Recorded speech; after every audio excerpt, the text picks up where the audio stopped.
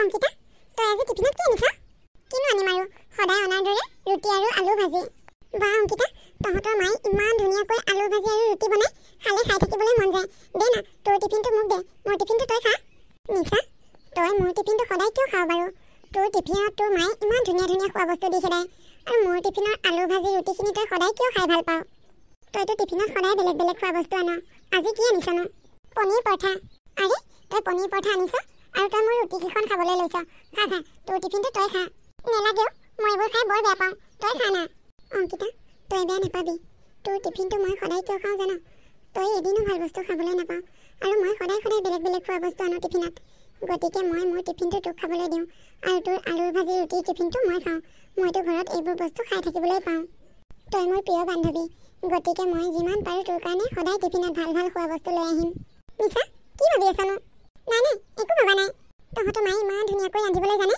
আজিৰ পৰা সদায় তই মোৰ টিফিনটো খাবি আৰু মই তোৰ টিফিনটো খাম দেই নালাগে নালাগে তই টিফিনত সদায় সদায় ইমান ভাল ভাল বস্তু আন মই আৰু সদায় আলু ভাজি ৰুটিকেইটাহে আনো মই আলু ভাজি আৰু ৰুটি খাই বৰ ভাল পাওঁ আমাৰ ঘৰত নবনায় হ'ব দে তই ভাল পাওঁ যদি খাবি বাৰু নিশা মই কাইলৈ কলেজ নাহোঁ কিয় তই নাথাকিলে যে মোৰ কলেজত একদম ভাল নালাগে কাইলৈ মই দেউতাৰ লগত এফালে যাব লাগিব নগ'লে নহয় নেকি নহ'ব দেউতাই কৈছে বৰ দৰকাৰী আচ্ছা কোনোবা ল'ৰা চৰা চোৱা নাইতো নহয়ো পাগলীজনী দেউতাৰ লগৰ কোনোবা বন্ধু এজনৰ কিবা অসুখ হৈ আছে গতিকে দেউতা আৰু মই খবৰ ল'বলৈ যাম হ'ব দে পৰহিলৈ আহিবিনে নাহ আহিম আহিম আমি লগতে গুচি আহিমগৈ পৰহিলৈ মই কলেজ আহিম ঠিক আছে কাইলৈ তই নাহ যদি ময়ো নাহোঁ শুন না আজি আবেলি আমি দুইজনী ফুৰিবলৈ যাম দে বহুত দিন হ'ল ফুৰিবলৈ যোৱাই নাই জাননে তই ৰেডি হৈ থাকিবি তই যে কি কথাবোৰ কৈ থাক নহয় আজৰি পালে অকণমান পঢ়া শুনা কৰিব লাগে পৰীক্ষা পাইছেহি দেখাই তই থাকোঁতে মই পৰীক্ষাৰ কাৰণে কিয় চিন্তা কৰোঁ পৰীক্ষা আগদিনা আমাৰ ঘৰত গৈ মোক গোটেইখিনি শিকাই দিবগৈ লাগিব এদিন পঢ়ি তই পৰীক্ষা দিবি পাগল হৈছে চাগে তই গোটেই বছৰটো পঢ়ি দিয়ে মই আকৌ কিয় পঢ়ি থাকিব লাগে পৰীক্ষাত কিন্তু মই তোৰ ওচৰত বহিম দেই আৰু আজি যাবিনে নাযাওঁ ক নগ'লে জানো তই মোক সদায় এৰিবি কিন্তু এটা কথা সোনকালে আহিম বুলি ক তেতিয়াহে যাম কিন্তু নহ'লে নাযাওঁ হ'ব হ'ব সোনকালে আহিম তই যিমান সময়তে আহোঁ বুলি ক মই সিমান সময়তে গুচি আহিম ঠিক আছে যাম দে বাৰু বৰ্তা নিশা মাজনী কি খবৰ ভালেই বৰ্তা আপোনাৰ ভালেই দিয়া বৰ্তা অংকিতা আছেনে আছো দে তই আহিবি আৰু মই নাথাকিম নে মাজনী সোনকালে আহিবি দেৰি নকৰিবি হ'ব দেউতা আমি বেছি দেৰি নকৰোঁ সোনকালে আহিম আহিছোঁ বৰ্তা আপুনি চিন্তা নকৰিব আমি সোনকালে গুচি আহিম বল নিশা এনেকৈয়ে দুয়ো বান্ধৱী ফুৰিবলৈ গ'ল অংকিতা পৰিৱেশটো কিমান ধুনীয়া লাগিছে ন মোৰ যে এনেকৈ ঘূৰিব আহিলে একদম ঘৰলৈ যাবলৈ মন নাযায় জানো সেই বুলি এতিয়া ঘৰলৈ নোযোৱাকৈ ইয়াতে থাকিবি নেকি বল দেৰি হৈছে ঘৰত আকৌ দেউতাই চিন্তা কৰি থাকিব তোৰ যে আৰু দেই ইমান ভয় নে তোৰ দেউতাৰলৈ ভয়ৰ কথা নহয় আজিকালি দিনকালৰ গতি কি হৈছে দেখা নাই ঘৰততো চিন্তা কৰিবই ন ইফালে পৰীক্ষাও আহি আছে পঢ়িব লাগে বল বল পৰীক্ষাৰ পিছত কিন্তু আকৌ আহিম দেই হ'ব দে আহিম বাৰু অংকিতা মোৰ বেগটো লৈ আহচোন মই গাড়ীখন পাৰ্কিঙৰ পৰা উলিয়াই লওঁ ইমান দেৰিলৈকে ঘূৰি ফুৰিছে কৈছোৱে সোনকালে অহাৰ কথা তাই নিচাৰ লগত ৰেং মিলাই ঘূৰি ফুৰিলে নহ'ব নহয় নিচা হৈছে ধনী ঘৰৰ ছোৱালী বা বদনাম ওলালেও লুকাই যাব আমাক আকৌ নুলুকাব নহয় বেছিকৈ ওলাবহে মাজনী আহিলি দেউতা মাজনী তই মোৰ কথা কিয় শুনা নাই কিমান কৈছো তই নিচাৰ লগ এৰ দেউতা তুমি কিয় তেনেকুৱা কথা কৈছা একদম তেনেকুৱা কথাবোৰ নকবা তই মোৰ কথাবোৰ বুজি পোৱা নাই মই তেতিয়া নিচা থকাৰ বাবে তোক একো নকলো বেছিকৈ টকা পইচা থকা ধনী মানুহবোৰৰ ৰূপবিলাক বেলেগ প্ৰথমে ভাল মানুহৰ দৰে নাটক কৰে তাৰ পিছতহে লাহে লাহে সিহঁতৰ আচল ৰূপটো গম পোৱা যায় চব টকা থকা মানুহ একেই দেউতা নিচা তেনেকুৱা ছোৱালী নহয় তোক মই বহুত বুজাইছো আৰু নোৱাৰা হৈ গৈছো তাই তোক স্বাৰ্থতহে ভাল পায় তই যে তাইক পৰীক্ষাৰ সময়ত পঢ়াত অলপ সহায় কৰ সেইকাৰণে তাই তোক ভাল পায় পঢ়া শেষ হোৱাৰ পিছত যেতিয়া তাই ডাঙৰ মানুহ হ'ব তেতিয়া চাবি তাই আচল নাটকখন তই তেতিয়াহে গম পাবি তই আকৌ এইটো বেগ কেতিয়া ল'লি এইটো মোৰ বেগ নহয় দেউতা এইটো নিচাৰ বেগ মোক লৈ থাকিব দিছিল মোৰ হাততে ৰৈ গ'ল তই এতিয়াই যা বেগটো দি থৈ আহগৈ তাইৰ বেগত কি কি বস্তু আছে চাগে ঠিক নাই কেনেবাকৈ তোক আকৌ চুৰ বুলি ক'ব দেউতা মই বেগটো এতিয়াই দি থৈ আহোঁগৈ ৰ'বা সিফালে অংকিতাৰ দেউতাকে অংকিতাক বুজাইছে আৰু এইফালে নিচাৰ দেউতাকে নিচাক বুজাইছে নিচা কলৈ গৈছিলা দেউতা মই আৰু অংকিতাই অকণমান ফুৰিবলৈ গৈছিলোঁ নিচা মই তোমাক কিমান কৈছো সেই ছোৱালীজনীৰ লগ নহবা বুলি তোমাৰ যদি ইমান ফুৰিব যাব মন আছিল মোক নকলা কিয় মই গ'লো হয় নহয় তোমাৰ লগত দেউতা বন্ধু বান্ধৱীৰ লগত ফুৰিব যোৱা মজাই বেলেগ মই তোমাক কিমান বুজাইছো দুখীয়া মানুহ ধনী মানুহৰ বন্ধু হ'বই নোৱাৰে দেউতা অংকিতা তেনেকুৱা ছোৱালী নহয় মই জানো কোন কেনেকুৱা খালি তুমি সেই ভিখাৰীজনীৰ পৰা অকণমান আঁতৰত থাকিবা তোমাৰ ষ্টেণ্ডাৰ লগত তাইৰ ষ্টেণ্ডাৰ মিলেনে দেউতা প্লিজ তুমি তাইক ভিখাৰী বুলি নকবা তুমি তাইক গাড়ীত উঠাই ঘূৰাই ফুৰাই লৈ খুৱাই বুৱাই ঘূৰি ফুৰিছাৰ কাৰণে তাই তোমাক ভাল পায়। তুমি চাবা কেইদিনমানৰ পিছত তাই তোমাক এদিন দুদিনকৈ পইচা খুজিবলৈ আৰম্ভ কৰিব। দেউতা তুমি ভবাৰ দৰে অংকিতা তেনেকুৱা ছোৱালী নহয়, তাই আত্মসন্মান আছে। দুখীয়াবোৰ তেনেকুৱাই, প্ৰথমতে বৰ ভালৰি লগায়, তাৰ পিছতহে আচল ৰূপটো গম পোৱা যায়।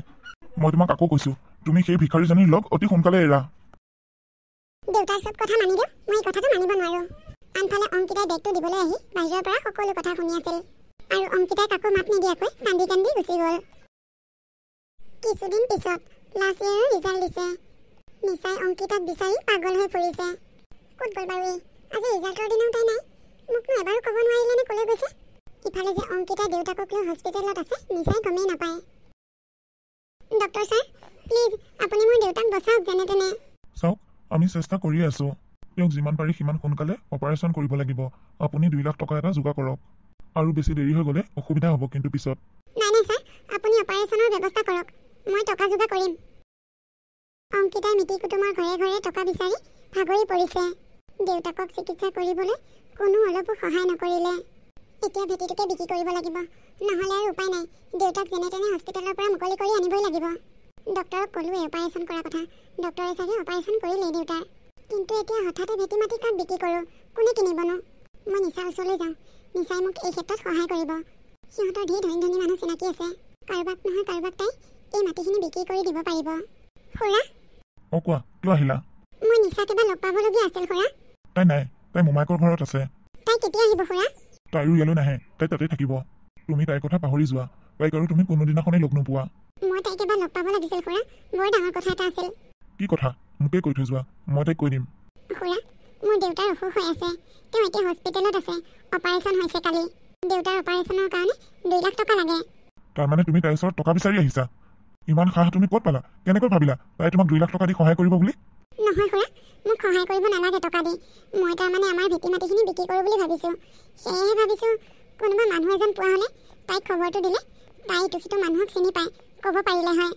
নহ'লে তাই ডাঙৰ মোবাইল আছে যে, মোবাইলতে তাই ফেচবুকত দি দিলে হয় মাটিখিনি বিক্ৰী কৰিম বুলি, তেতিয়া কোনোবা গ্ৰাহক ওলালে হয়। মোক সেইখিনি সহায়ৰ কাৰণেহে তাইক এবাৰ লাগিছিল। তাই তোমাক সেইবোৰ সহায় কৰিব নোৱাৰিব, তাই এতিয়া ইয়াত নাই। তুমি যোৱা, বেলেগ কাৰোবাকে কোৱাগৈ। আৰু এটা কথা, নিশ্চয় তোমাৰ কথা একেবাৰে পাহৰি গ'ল, আৰু মই ভাবোঁ তুমিও তাইৰ কথা পাহৰি গ'লে ভাল হ'ব। এতিয়া তাই তোমাৰ কথা শুনিবই নিবিচাৰে। তোমাৰ ভাগ্য ভাল, আজি তুমি মোক লগ পালাহি আহি। কেনেবাকৈ যদি তাইক পালা হয়, তোমাক চাগে তাই বেয়া কথা শুনোৱাই পঠিয়াই দিলে হয়। নিচা কি সঁচাকৈ তেনেকুৱা হৈ গ'ল? দেউতাই ঠিকেই কৈছিলে, তাই মোক স্বাৰ্থতহে ভাল পাই আছিল। তাই ধনী কাৰণে মোক তেনেকুৱা কৰিব পাৰিছে। ময়ো চাই লওঁ, মই তাইক দেখাই দিব লাগিব, ময়ো যে কাৰো অনুগ্ৰহত নাথাকোঁ। তুমি কি ভাবি আছা? নাই, মই একো ভবা নাই। তেনেহ'লে ইয়াত কিয় ৰৈ আছা? যোৱা। দেউতাক সুস্থ হৈ উঠাৰ পিছতে অংকিতাই এটা সিদ্ধান্ত ল'লে। তাই এইবাৰ UPSCৰ পৰীক্ষা দিব আৰু দিন ৰাত একাকাৰ কৰি পঢ়িবলৈ ল'লে। এইবাৰ তাই মনতে এটা সিদ্ধান্ত ল'লে, তাই এইবাৰ কিবা এটা কৰিবই। কিবা এটা নকৰালৈকে নিচাৰ সন্মুখলৈ নাযায়। নিচাৰ দেউতাকে কোৱা কথাখিনিয়ে তাইৰ মনত বৰ বেয়াকৈ প্ৰভাৱ পেলালে। দেউতা তুমি শুই আছা, উঠা, ভাল খবৰ এটা আছে দেউতা। কি খবৰনো মাজনী?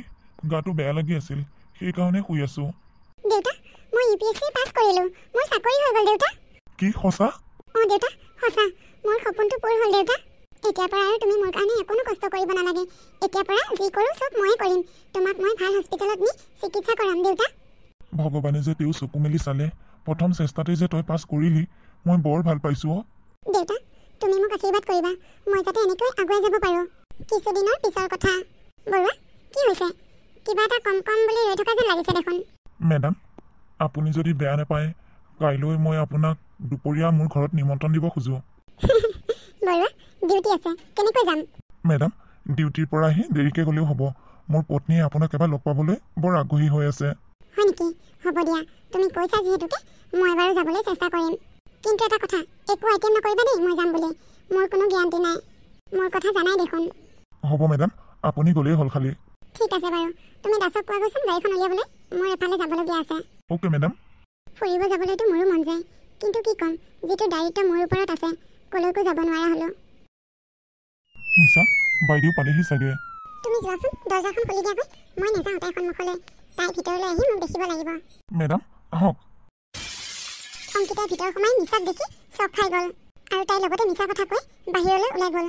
বৰুৱা তুমি বেয়া নাপাবা, মোৰ বিশেষ ডিউটি এটাৰ কাৰণে মই যাবলগীয়া হ'ল। তোমাক খবৰটো দি যাওঁ বুলিহে ঘপকৈ সোমালোঁ। মই সময় পালে বেলেগ এদিন আহিম। অংকিতা! সাগৰ অংকিতাই কিয় তেনেকুৱা কৰিলে? তাই মোক দেখিও মাত এষাৰ নিদিলে যে। মেডামে চাগে তোমাৰ ওপৰত অভিমান কৰি আছে। আজি সম্পূৰ্ণ 7 বছৰৰ পিছত মই তাইক লগ পাইছোঁ। তাই মোৰ লগত ইমান অভিমান কৰি থাকিব নোৱাৰে। সাগৰ, তুমি যোৱাহিচোন, তাইক মাতি আনাগৈ। হ'ব দিয়া, মই বাৰু মেডামক বেলেগ এদিন মাতি আনিম। তাই মোক এতিয়ালৈকে ভুলেই বুজি আছে। হ'ব দিয়া নিশা, তুমি এতিয়া মন বেয়া কৰি নাথাকিবা। মই ডিউটিলৈ যাওঁ। আমাৰ ওচৰত তই বেছি দাদাগিৰি দেখাইছ নেকি? ধৰ ইয়াক মাৰ। সাগৰ নিজৰ ডিউটি শেষ কৰি ঘৰলৈ আহি আছিল। বাটত কেইজনমান উদন্ত ডেকাই কাজিয়া কৰি থকা দেখা পালে। সুৰক্ষা দিবলৈ আহি বেচেৰা নিজেই বিপদত পৰিল। কোন তহঁত এনেকৈ কাজিয়া কৰি আছ যে ৰাস্তাত? ভয় নকৰ ন? কোন তই বে? আমাক যে দাদাগিৰি দেখাব আহিছ? পুলিচগিৰি দেখুৱাইছ নেকি? ৰকি, ধৰ ইয়াকে। এনেকৈয়ে সাগৰক মাৰি থৈ গুণ্ডাকেইজন পলাল। ছাৰ, আপুনি মোৰ মানুহজনক জলদি ঠিক কৰি দিয়ক। আপোনাক যিমান টকা লাগে মই সিমান টকাই দিম। আপোনাক মই আগতে ক'ৰবাত লগ পাইছোঁ। খুব ওচৰৰ পৰা লগ পাইছোঁ। ক'ত লগ পাইছিলোঁ বাৰু? অঁ, মনত পৰিছে। তুমি নিশা নহয়নে? এবাৰ যে তোমাৰ বান্ধৱী এজনী দেউতাক হস্পিটেলত থাকোঁতে তুমি যে টকা দি সহায় কৰিছিলা, সেই ছোৱালীজনী নহয়নে তুমি? হয় ছাৰ। তুমি চিন্তা নকৰিবা, মই তোমাৰ হাজবেণ্ডক ভালকৈ কেয়াৰ ল'ম। তুমি বহুত ভাল ছোৱালী। তেখেতক হয়তো ব্লাড দিবলগীয়া হ'ব পাৰে। ঠিক আছে ছাৰ, খালি আপুনি মোক সময়মতে জনাব। সেইদিনাখন যদি তুমি সহায় নকৰিলা হয়, তোমাৰ লগৰ ছোৱালীজনী কম বিপদত পৰিল হয়নে? ছাৰ, সেই কথাটো আপুনি তাইক কৈছিল নেকি? নাই নাই, তুমি যেনেকৈ গোপনে ৰাখিবলৈ দিছা মই তেনেকৈ গোপনে ৰাখিছোঁ। আজিলৈকে মই কাকো কোৱা নাই। নিশা, অংকিতা, মই বাহিৰৰ পৰা সকলো শুনি আছিলোঁ। নিশা, তই মোক ইমানখিনি সহায় কৰিলি, অথচ তই মোক এবাৰো নকলি। মই তোক বহুত ভুল বুজি আছিলোঁ। আৰু হস্পিটেলৰ বিলবোৰ কোনে পে' কৰিলে এই কথাটো জানিবলৈ বহুত চেষ্টা কৰিলোঁ, কিন্তু মই গমেই নাপালোঁ। তই মোক ক্ষমা কৰিবি। আচলতে মই সিদিনাখন তহঁতৰ ঘৰৰ পৰা তোক দেখিয়ে তেনেকৈ ওলাই গুচি আহিছিলোঁ। তোৰ ওপৰত মোৰ বিৰাট অভিমান আছিল। ৰচোন, মই এটা কথা গম নাপালোঁ। মোৰ দেউতা যে হস্পিটেলত আছিল সেই কথাটো তই কেনেকৈ গম পালি? তই যিদিনাখন আমাৰ ঘৰলৈ গৈছিলি মোক বিচাৰি, সেইদিনাখন তই যেতিয়া দেউতাৰ লগত কথা পাতি আছিলি, দেউতা আৰু তোৰ মাজত হোৱা কথা বতৰাবোৰ মই মনে মনে শুনি আছিলোঁ। দেউতাই তোক মিছা কথা কৈছিল মই মামাহঁতৰ ঘৰত থকা বুলি। তই দেউতাৰ লগত কথা পাতি থাকোঁতে মই আহি হস্পিটেল পালোহি, আৰু হস্পিটেলত বৰ্তাৰ যিমান চিকিৎসাৰ খৰচ আছে সকলোবোৰ বিল মই পে' কৰিলোঁ। তোক মই মিছাতেই ভুল বুজি আছিলোঁ। তই মোক ক্ষমা কৰিবি। ছাৰ, আপুনি সাগৰক চিকিৎসাৰ ব্যৱস্থা কৰক। টকা পইচাৰ কথা চিন্তা নকৰিব। আৰু ব্লাড দিবলগীয়া হ'লে মোক জনাব, মই ব্লাড দিম সাগৰক। তোমালোক দুই বান্ধৱীৰ আন্তৰিকতাবোৰ দেখি মোৰ বহুত ভাল লাগিছে। মই সাগৰক একো হ'বলৈ নিদিওঁ। তোমালোকে চিন্তা নকৰিবা। তোমালোক যোৱা, বাহিৰত বহাগৈ। সাগৰক চাবলৈ মই আছোঁ। সাগৰে দুয়োজনী বান্ধৱীকে একেলগে দেখি বৰ ভাল পালে। Madam, thank you. আপুনি মোৰ পত্নীক আকৌ আপোনাৰ বান্ধৱী হিচাপে আঁকোৱালি লোৱাৰ বাবে। মেডাম নহয়, অফিচত মেডাম, আৰু বাহিৰত আমি গোটেই তিনিওজন বন্ধু। নে কি কওঁ নিশা? অঁ, আমি গোটেই তিনিওজন বন্ধু। কিন্তু এটা কথা, তই মোৰ মানুহজনৰ চাকৰি নেখেদিবি। ঠিক পাগলীজনী, তোৰ এতিয়াও সেই ধেমালিবোৰ যোৱাই নাই। ব'ল ব'ল, কোনোবা ৰেষ্টুৰেণ্ট এখনত বহি ধুনীয়াকৈ চাহ একাপ খাই লওঁগৈ। বহুদিন হ'ল আমি দুয়োজনীয়ে একেলগে একোৱে খোৱা নাই। ব'ল।